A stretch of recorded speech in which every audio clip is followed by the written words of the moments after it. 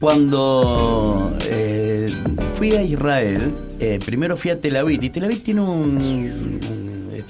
salida al Mediterráneo, así, es hermoso este lugar, todo así. Bueno, no sé por qué me asocié esto, sorba el griego, Mediterráneo, con Israel, porque quería charlar con ustedes, porque entre tantas idas y venidas y tantos problemas internos que tenemos, nos olvidamos a veces de estos conflictos internacionales.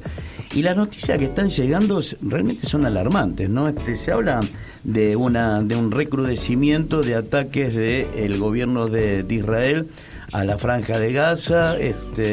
Se habla de números escalofriantes, escalofriantes, ¿no? Y me parece que, qué sé yo, ¿no es cierto?, poner nuestro granito de arena en esta charla que pretendo que hagamos ahora, para aclararnos un poco qué está pasando allá. ¿Qué está pasando allá, Daniel?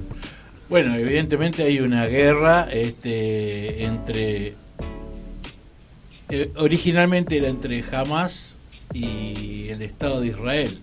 Resulta que se transformó en una ocupación tremenda, terrible, hacia toda la Franja de Gaza.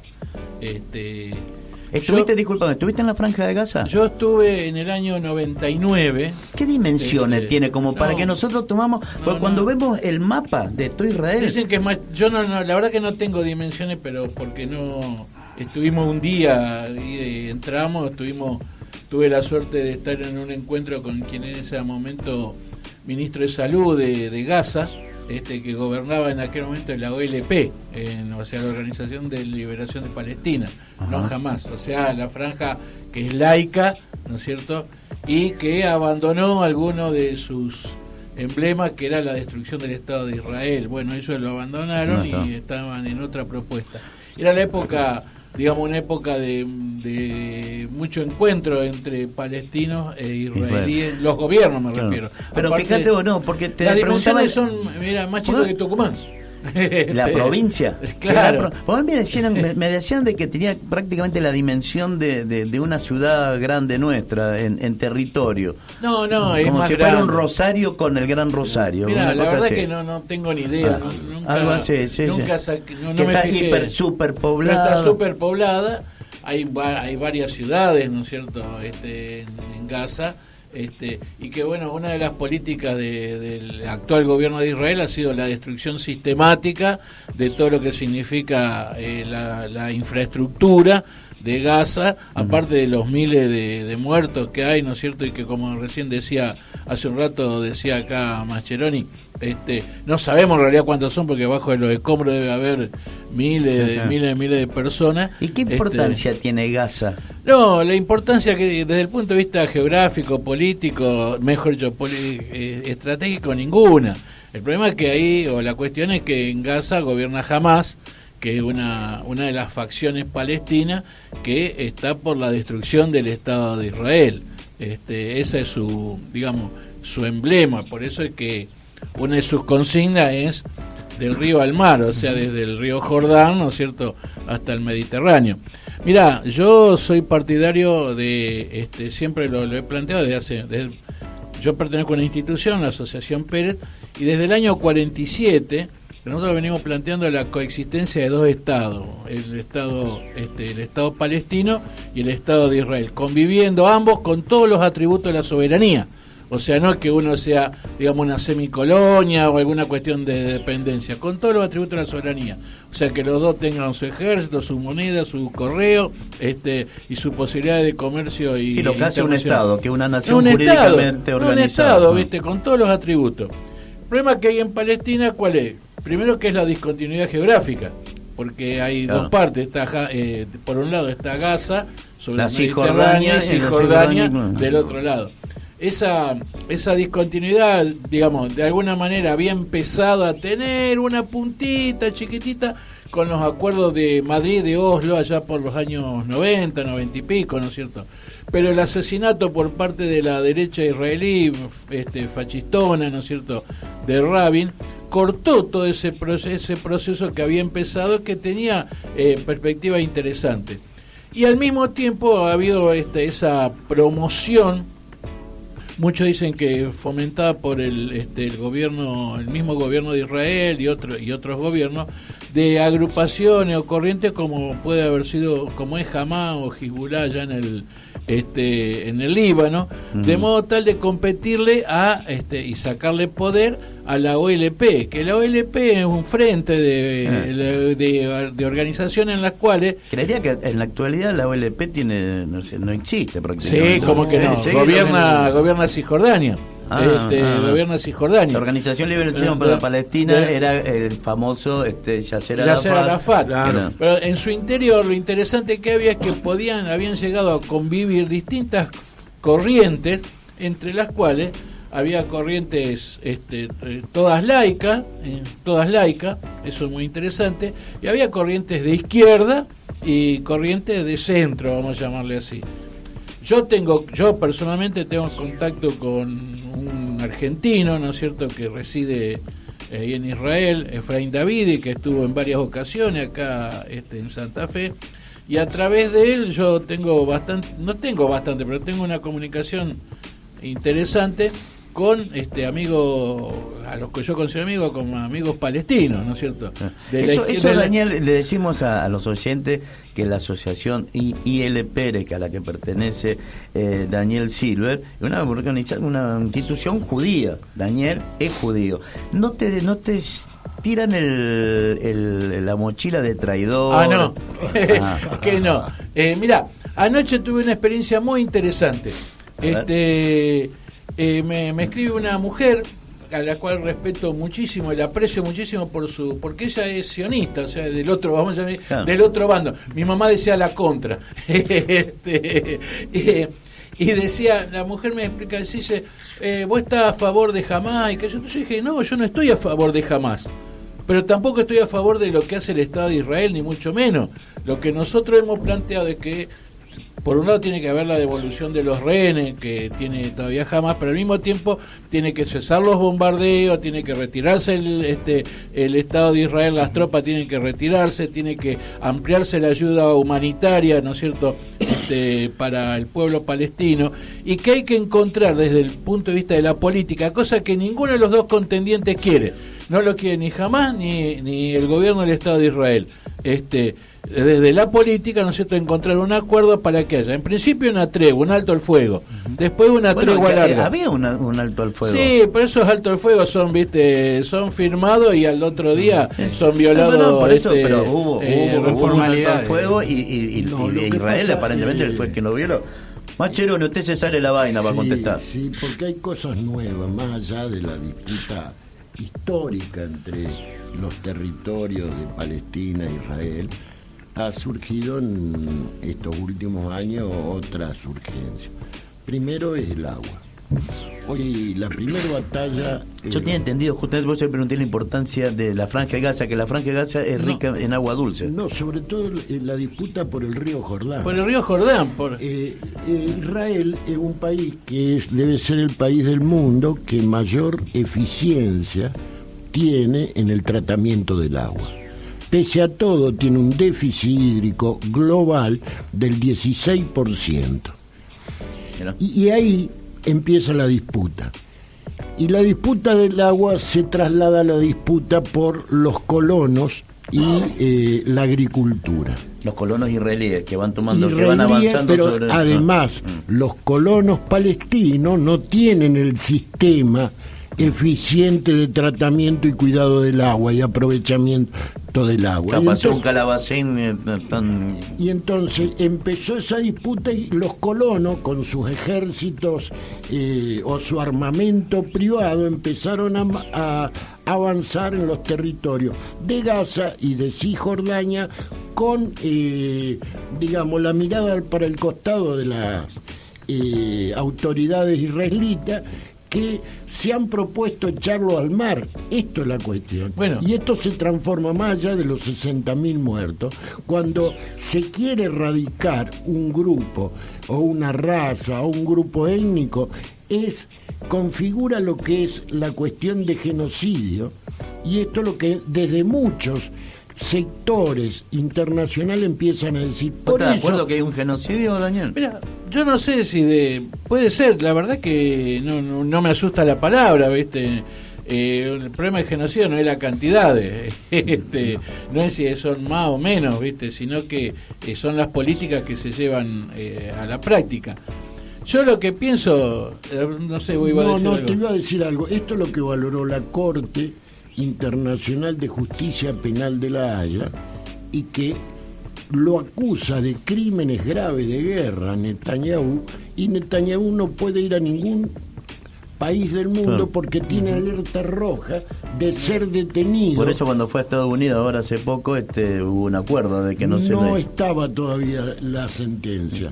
Y ahora lo que pasó en estos días en en Hungría, que fue, y Víctor Orbán se retira para no tener lo que detener a Netanyahu en Hungría, y se retira de la Corte Internacional Penal, y hay varios países que empiezan, digamos, influenciados bajo la injerencia de Israel, empiezan a quererse retirar de la Corte Internacional. Yo para volver al tema del conflicto de Israel y entenderlo de alguna forma, porque mira, Quique, viste cuando Quique se bajó los anteojos tipo como el tiendero, viste, el que está por cortar la tela. Estaba buscando acá para informarme del tema que están hablando de estos prestigiosos.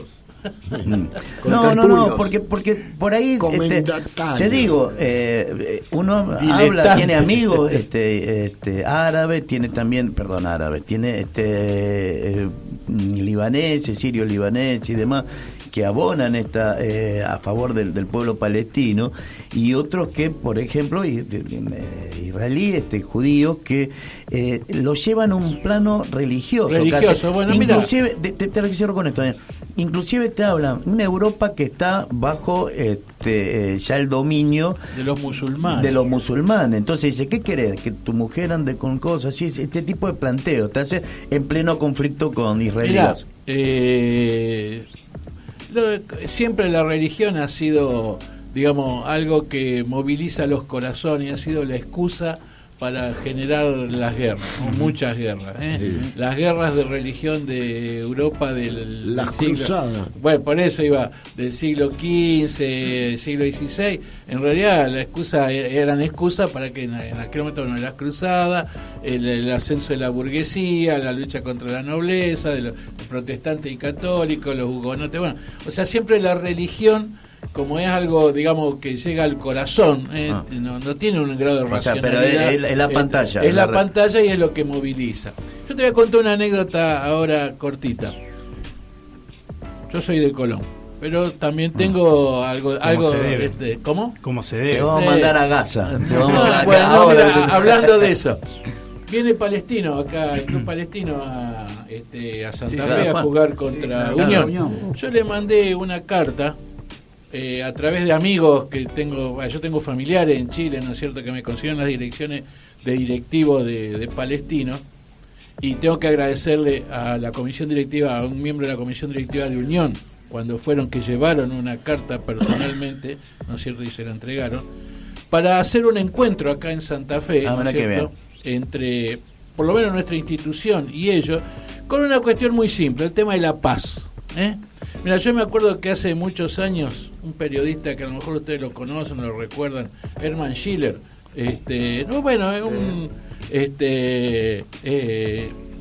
un tipo dentro de la colectividad conocido. A lo mejor ustedes se acuerdan de una revista que se llama Nueva Presencia, el Movimiento Judío por los Derechos Humanos. Bueno, no importa.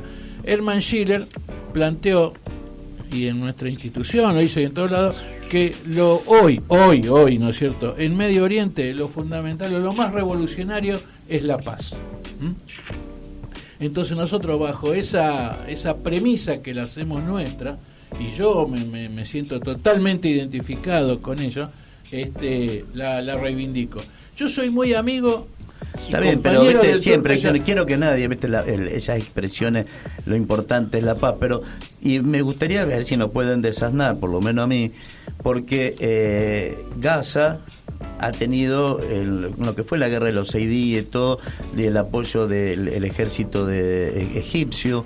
Después vos tenés lo que es el mundo árabe con Arabia Saudita y demás. Empiezan a jugar todos esos intereses. Por supuesto que juegan, pero vos tenés que pensar que Arabia Saudita, que es uno de los países más importantes del mundo árabe, es un aliado incondicional de los Estados Unidos desde siempre.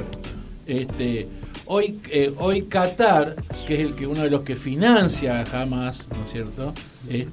Es un aliado fundamental de Irán, y hay una disputa por la hegemonía, ¿no es cierto?, en toda esa región entre Irán, Arabia Saudita, Turquía, que es otro que tenemos que empezar a hacerlo jugar en esto, e Israel.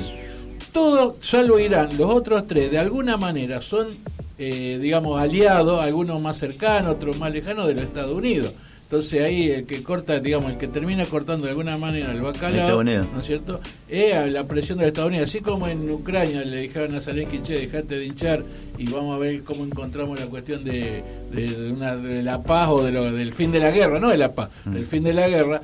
Creo que acá Estados Unidos ahora le sigue interesando tener, ¿no es cierto?, esa disputa, porque le permite, ¿no es cierto?, operar acá, allá, y sobre todo presionar a Irán para que no tenga su plan nuclear.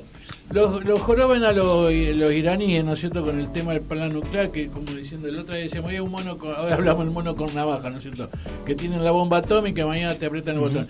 Y los Estados Unidos no tienen los monos con navaja también, o Gran Bretaña, o sea, la India, aquellos los países que tienen la potencia nuclear desarrollada, no son también tan peligrosos unos como otros, sí, seguro. Así que pero Irán no tiene bomba nuclear. Todavía no. Ni está interesado. Bueno, Irak fue justamente la justificación por invadir Irak con Hussein, fue nuclear, no nuclear, era nuclear, sí, no era bacteriológica. Eso fue Don Bush. Claro, Don Bush padre. Pero mira, yo le voy a dar algunas noticias allá que son actuales. En Israel hay un conflicto interno muy grande, Ajá. de rebelión de los sectores más importantes de la Mossad, del ejército, de distintos lugares, y en esta semana, desde el 10 de abril hasta hoy, ha salido una avalancha de peticiones escritas de militares, reservistas, servicios de inteligencia. 2000 tanquistas firmaron contra la guerra. Mucho más. Bueno, no, tanquistas, 2000 tanquistas. ¿Y qué dicen? Esta guerra solo sirve a los intereses personales y políticos, no a la seguridad de la nación, y exhortan a los ciudadanos israelíes a respaldar las exigencias que se termine la guerra. Esa fue el 10. El 11, exactamente, 150 oficiales de la Marina israelí. El 14, 1.525 militares del cuerpo acorazado. Firmaron otra publicación, 250 veteranos de la unidad 8.200. El 11 de abril, 1.500 veteranos de la unidad de infantería. No, pero también la sociedad civil está enardecida. ¿Por qué? Porque en realidad el problema de, por ejemplo, la cuestión de los rehenes, el gobierno de Israel le importa, parece, 3 rábanos, porque no, lo único que hacen es bombardear y no buscar la posibilidad de rescatar a esos rehenes, sean vivos o muertos. Pero aparte vienen con un problema anterior. ¿Cuál es? El neoliberalismo que aplicó Netanyahu sobre la población israelí. Sí, vos sabés que ahora ha habido un empobrecimiento muy grande. Claro, Daniel, vos sabés que con el pasaje que terminó el domingo, hablábamos con un rabino y justamente le preguntábamos sobre la injerencia que tiene la religión sobre el gobierno. No, nos decía que no, prácticamente hoy no tienen injerencia la parte religiosa sobre la parte civil. Bueno, los sectores ortodoxos, a lo mejor no lo tendrá el rabino, el rabinato, pero sí lo tienen los sectores que adhieren, ¿no es cierto?, a esas posturas religiosas extremistas. Claro. Pues sabés que yo fui... Porque todo eso hablan del Gran Israel, que significa avanzar sobre lo que hoy es Cisjordania, avanzar más sobre lo que hoy es Cisjordania. Vos sabés que los cruzados, Napoleón, que la Primera Guerra Mundial, la Segunda Guerra Mundial, fueron a esa zona a conquistarla, digamos. Todo ese territorio estuvo bajo el dominio de Inglaterra, y después de la Segunda Guerra Mundial se hace televisión. Y hay que conocer eso, es una cagada. Así, pero dice, ya es polvo, es arena, salvo la parte de Israel, ¿no es cierto? De que, como dice Ricardo, el aprovechamiento del agua han hecho un milagro sobre pues todo verde. Pues todo lo demás es polvo, piedra, y digamos, pero ahí hay un problema geopolítico. En una época, yo no sé ahora si está en funcionamiento o no, pero en una época había un gran oleoducto que salía de Irak, de Kirkuk creo que se llama, y desembocaba en Haifa, o sea, llevaba todo el petróleo. Y por otra parte, es el nudo de las comunicaciones. Pero no, el camino de la seda no pasaba por ahí. No, pasaba por acá. No te vayas a creer, porque el camino de la seda llegaba hasta Constantinopla y una parte iba por arriba del Mar Negro y otra parte por abajo del Mar Negro. No pasaba exactamente por ahí. Pero por ahí vos tenés la conexión entre 3 continentes: África, Asia y Europa. O sea, desde el punto de vista de la geopolítica, tiene su... un enclave tremendo. Un enclave. Y, a ver, pero yo voy a decir lo que voy a decir del dominio de los colonialistas. Ajá. Una gran responsabilidad de los conflictos la tiene Gran Bretaña, porque cuando no le encontraron la vuelta, digamos, a la cuestión, se desentendieron y se fueron. Lo mismo que pasó con Pakistán y la India. Es lo mismo. Claro. Traemos una regla y marcamos acá. Y mátense entre ustedes. Cuando ellos eran la potencia dominante y tenían como potencia dominante la posibilidad concreta, ¿no es cierto?, de poder encontrarle alternativas, cosas que no existen. ¿Por qué cuando fue la guerra de los 6 días Moshe Dayan no se fue y agarró todo el desierto del Sinaí, todo se agarró? Sí, ¿cómo que no? Sí. Bueno, lo agarró, pero después se hubiera devolvieron. Podido quedar con toda esa zona. Se puede, digamos, porque sabía que evidentemente Israel no podía sostener todo eso, ¿viste? No podía. Y además porque había resoluciones de las Naciones Unidas que le impedían eso, por las Naciones Unidas, que metió el gran problema ahí en el año 49 por la influencia de Inglaterra y Francia, que le adjudica esos territorios a los judíos. Después, en cierta medida, trataron de remediarlo con el tema de los dos estados, lo cual nunca se cumplió la exigencia de las Naciones Unidas. Bueno, hay quienes dicen, y que yo no, que Jordania, que había sido constituido antes del Estado de Israel, que había un rey de la dinastía Yemita, era el Estado árabe, ¿no es cierto?